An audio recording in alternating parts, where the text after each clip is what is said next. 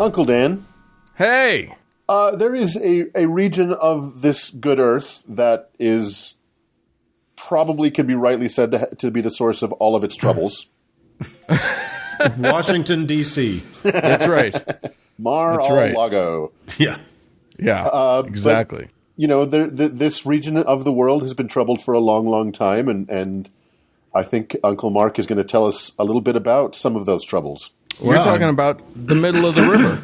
The mess in Potamia. That's right. The space between the rivers. And I know we've been spending a lot of time there, guys, but we're going back. We're going to dip another toe in the Euphrates this week, I'm afraid. So this past week, I thought, you know, I might dig into one of my favorite go-tos for a segment, and that is cults. And I was going to do one our friend Esther has been egging me to do for a while. But when I got into it, it was kind of a bummer. I know. A cult story could also be a bummer. Huge surprise, right? Weird. Who's ever heard of such a thing? So rather than that, I spun the creaky old wheel on the gate of the graveyard of the gods, and no whammies, luckily. I got a nice old classic that has made a couple of appearances close to our end of the timeline as well. I have, for what I swear, pretty random reasons, found myself talking a lot about Assyrian and Sumerian and Babylonian thingies of late. They do have a way of popping up frequently when your podcast is religious critique and the origins of religious ideas, however. So we've shown that certain parts of Genesis, very specifically Noah, is a pretty direct theft from the much more ancient Near Eastern flood myths of Utnapishtim and Ziusudra, for just one example. But today's subject does not appear to have ended up making the cut to get in the Bible, which is too bad. But his rival in the ancient Assyrian pantheon did, kind of. Anyway, we'll get there. Who is this fellow? And he is a fellow. Why, he is Pazuzu. Pazuzu. Which, look, it helps to sell the lie if you don't laugh when you say it. I know. If you're going to make up a guide, you got to keep a straight face. It's just a stupid name for a scary guy. To me, it either sounds like a Chinese knockoff for a mid-grade Japanese car, or it sounds like Joseph Smith made it up in a moment of panic, meaning that some shit town in rural Utah would end up being called Pazuzu. Dumb name you got there, Pazuzu. So, and it's funny he's got such a kazoo-based name because he is kind of a scary-looking fucker. He's got sort of a dog or big cat-looking horned head with a big snarl, huge teeth, an emaciated scale-covered body, a wicked set of grasshopper-looking double wings, which are cool, huge bird claw feet and hands, and best of all, a snake dick. Yep. Woo! That's, maybe his dad, the god Hanby, gave him that screwball name so he'd grow up tough like the boy named Sue in that Johnny Cash song. But I don't think any further taunting, toxically male, negative reinforcement was necessary to make this collage of tooth and wing and claw more frightening. I need a clarification, Uncle Mark. Does he have the dick of a snake, or a snake as a dick? Yes, he's got a teeny retractable penis. No, it's like a cobra dick. It's got a head of a cobra snake. So he's an impressive lineage. So Pazuzu seems to have reached the height of his popularity in the first millennium BCE. And while he's pretty much a demon, the distinction between god and demon wasn't super clear for the Assyrians. In fact, the gods mostly seem to be somewhere on the spectrum from disinterested in human affairs at best to utterly amoral at worst. It seems similar to when we talked about the main god of the Conan of the Barbarian universe, Crom, in episode 93. Your best bet was just not to be noticed by them. So we discussed the oldest known flood story, that of the boat-having hero Ziusudra, a couple weeks ago in episode 133. In that, the gods had it up to their elaborately braided beards with the noise of the suddenly overabundant humans they had created. So it was flood time. The god Enki whispered through the wall for Ziusudra to get his shit in his canoe and hang on tight, which he did. So humanity survived, and the gods weren't super stoked about it. So they decided to shorten human lifespans and throw a bunch of random sand into the gears of the average human life, like loss of children, disease, disaster, etc. And Pazuzu and the other demons were birthed by the gods as part of that grim New Deal. Fun. So Pazuzu was the king of the wind gods / demons. He was the demon of the south wind and southwest winds, which were apparently the winds that mattered in Mesopotamia. They brought the summer rain. They brought drought in the summer and rain and floods in the rainy season. Wind from the west or southwest was way too wet or way too dry. It was totally extra, guys. So give him a broom and a pointy hat, and he'd be the Wicked Witch of the West. But despite his fearsome visage and very off-putting snake dick, now that's an icebreaker on a Grindr hookup. It's like, hey, wow, your dick is an actual snake. Holy cow, look at the time. Really, you say off-putting. I say there are potentials there. You are on a different Grindr than I am, but we'll swap at the end. I'm on FetLife. It's okay. Don't worry. I think that app is called Slither. I'm on for farmers only. So, but despite that, and bringing drought and floods, he was not what we would describe as a particularly wicked person. Remember when I said the gods of Mesopotamia were indifferent to human affairs at best? He mostly didn't give a shit, but he could actually be helpful and offer his protection, especially against the dreadful Lamashtu.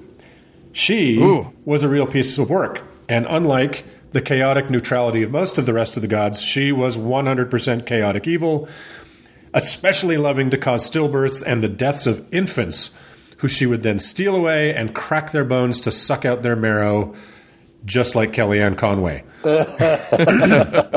There's this spooky incantation against Lamashtu that I think is kind of cool, which goes, "Great is the daughter of heaven who tortures babies.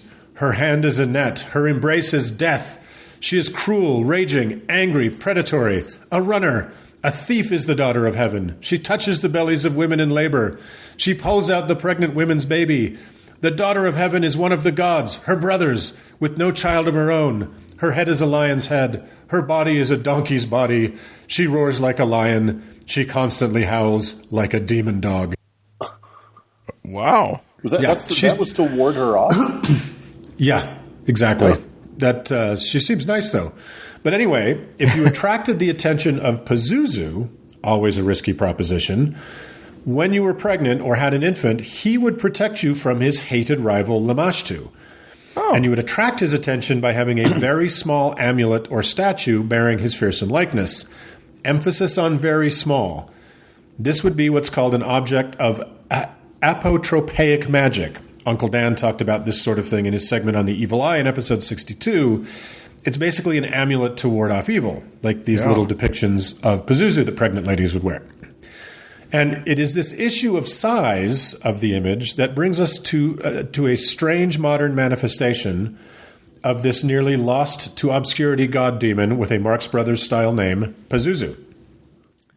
In William Friedkin's 1973 horror milestone, The Exorcist, Father Marin, played by the wonderful and just recently deceased Max von Sydow, is on an archaeological dig in Iraq when he unearths just such a piece of apotropaic magic, a small stone head of the god of wind and plague, Pazuzu.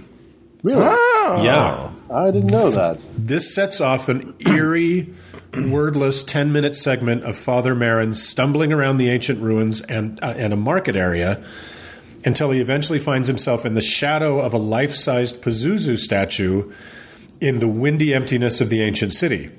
If you haven't watched it in a while, this opening sequence is so dreamy and disorienting. It's an absolutely brilliant and unexpected way to start a movie. The use of disconnected environmental sounds to evoke a sort of voice for Pazuzu is genius. I had forgotten about this, so I watched this opening when I was reading about it the other day. It's genius. Huh. I have not seen The Exorcist I've seen it many times, but I haven't watched it in probably 2-3 years, maybe a little longer. There's a guy who does a whole breakdown of this on YouTube, but does a breakdown of the opening sequence that's I can't remember the name of the guy. I could put it in the show notes, but it's genius. I still haven't seen it. Really? Uncle Dan, we should do it holds up very well. Some of the effects are a little hokey, but I don't want to quibble. It's an incredibly unnerving movie. It's pretty spooky. But this opening is basically him encountering this ancient evil, right? So the point of this size, as I was talking about, according to experts on the Mesopotamian pantheon, you would not ever make a depiction of Pazuzu of this size because it would attract his fullest attention. And one would not want that. And not to gild the lily too much with the Grindr hookup snake dick joke, but when it came to depictions of Mesopotamian gods, size mattered a lot.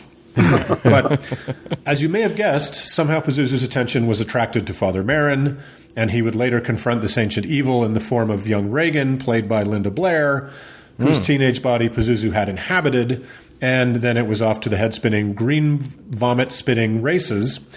And when I say the name is silly, hearing the demon speaking through a young girl and trying to say it in a menacing kind of way is a bit hilarious. It takes you out of the horror for a second, which I think was probably a mistake. Even more horribly, someone else seems to have attracted Pazuzu's attention in too great a measure in recent years. There is some light violence in the following paragraph. Be prepared. A very disturbed young man by the name of John Lawson took a dark turn from popular high school athlete to deranged semi-cult leader by his early 20s. He eventually ended up covered in tattoos, face included, and I'm not tattoo shaming. I think good ones are super awesome, and even face ones can work. But his were like those hideous scribbles or blots of the very much cracked out homemade variety. He filed his teeth to points, with which he used to kill small animals. He lived in absolute squalor and filth, yet somehow attracted plenty of women and girls from among Raleigh Durham's outcasts, two of which would later describe themselves as his fiancées. So long story short, he and these women would end up implicated in 2 ritual homicides, and Lawson would end up dying under mysterious circumstances in his jail cell in 2015. Oh, and I forgot to mention John Lawson had legally changed his name to Pazuzu Algarad in 2002, apparently taking his inspiration from the teenage girl haunting antagonist in The Exorcist. So, art imitates myth, and then life imitates art, imitates murder, or whatever other fucked up way you want to say it. So it seems I was like really hoping you were going to tell us that his dick was made of a snake, but okay. Well, it could have been. So it seems like when it comes to Pazuzu, less is more, you guys. Oh, and a quick aside from that nightmare. Remember when I said Pazuzu didn't make the cut for the Bible, but his rival Lamashtu seems to have sneaked in? Oh, yeah. Well, she kind of did under a new name, that being Lilith. Oh, yeah. And you can listen to what I forgot was a very good segment, if I do say so myself, about Lilith in episode 56. Like Lamashtu, the later demon Lilith causes miscarriages and bedevils babies and new mothers, and both are associated with nighttime and birds as well as flight. Lilith's association with the Old Testament is very complicated. Again, go listen to the segment. She appears in it, not by name, a couple times. But she does appear in the King James version of Isaiah by name in a very strange passage that includes haunting ostriches. So, right, she made the cut. And some people believe that Pazuzu almost made it, but not exactly into the Bible as we know it. Pazuzu, or maybe a version of him, can be found in a very odd, non-canonical little story called The Testament of Solomon. Have you guys ever heard of that? No. Yes. You have heard of the Testament of Solomon? Yeah. It seems it's very magic-y, and it reads like Faustus with all kinds of incantations and tricking demons. Right. So the Testament of Solomon is of unclear origin, but it claims to be a first-hand account, which of course it isn't, of the building of Solomon's temple. Right. In it, the Archangel Michael gives Solomon a magic ring with a pentagram on it. With it, and through some trickery, Solomon is able to enslave 36 demons and force them to build his temple, which is really awesome because demons are well known for their excellent craftsmanship in stonemasonry. Oh, yeah. Yeah. Those guys, their chisel work is unbelievable. Yeah, totally. Measure twice, cut once. That's where it comes from. Demons. Anyway, he has a lad of some kind put the ring around the spout of an empty wineskin, and with it captures, quote, a wind demon that was harassing Arabia, whose name was Ephipas, whose wind power was sufficient to lift the temple's massive cornerstone in place. And as weird as this little tale is, it that's is Storm that in the X-Men version. That's Storm, exactly. And see, there's no original ideas. So it's believed that the breezy Arabian wind demon Ephipas was our spooky old zoological pastiche, Johnny Q. Pazuzu. And that, my friends, is the end. So blow away, Pazuzu. You've caused quite enough trouble around these parts. Pazuzu. Wow. Yep, that's it. That's a hell of a dude. Yeah. Kind of watch The Exorcist. He's a very spooky character. You know, this is not the first time that The Exorcist has come up on our show, and now I do feel like I need to watch that show. So I'll have to sort that out as soon as you can get some time on your hands. Yeah. Where am I going to find any time? I'm completely underwater right Watch now. a movie in this economy? What with this show and all the drinking, I don't know where I'll squeeze it in. And all the peeing in the closet. Right? Yeah. I buried the lead there. All right. Well, let's move on. That's a reference that only our patrons will know. So that's right. There you go, everybody. There's motivation to be a patron. Right there. Yep. You'll get to hear about a lot of peeing in closets. So with that, farewell, Pazuzu. Adios.